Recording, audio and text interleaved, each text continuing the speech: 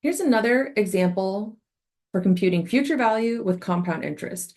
So compound interest is when you make a single deposit one time and then you just let it sit and it just accrues interest on its interest plus the principal. So it kind of has this snowball effect. And again, if that's debt, a loan, a credit card, that's not great. If you're not paying it off, that's really bad. But if it's a savings account or a retirement fund, that's great. You put it in there, you set it, forget it, and then at the end of a certain amount of time, hey, look, you've got more money now. And it grows way faster than it would with simple interest.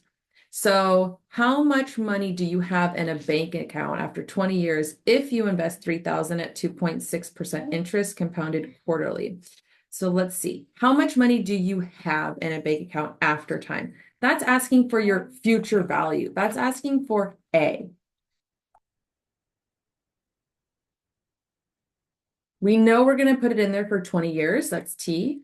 We're going to invest 3,000. So that investment says, okay, that's your principal, P. And then 2.6% interest rate, R. Quarterly. Quarterly means 4 times a year.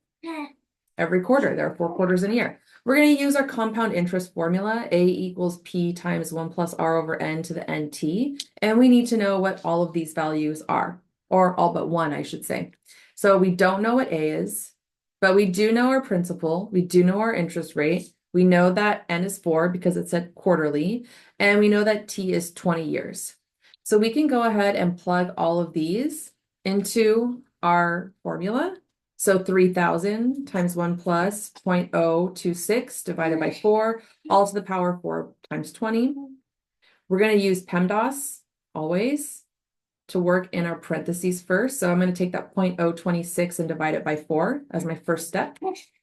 So I get 3,000 times 1 plus 0.0065 to the exponent 4 times 20. I'm going to continue working within my parentheses. So I'm going to get A equals 3,000 times 1.0065 to the 4 by 20. And now I can say that I'm done with my parentheses, so I can move on to exponents. So 4 by 20, that's going to give us 80 and our exponent. Nothing else will have changed. And I can now apply my exponent to the base. All right, so now it only remains to multiply 3,000 by 1.679199961. Let's do that.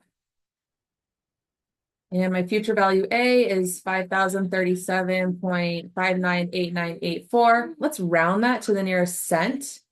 So that's actually going to round up to 60 cents, $5,037.60.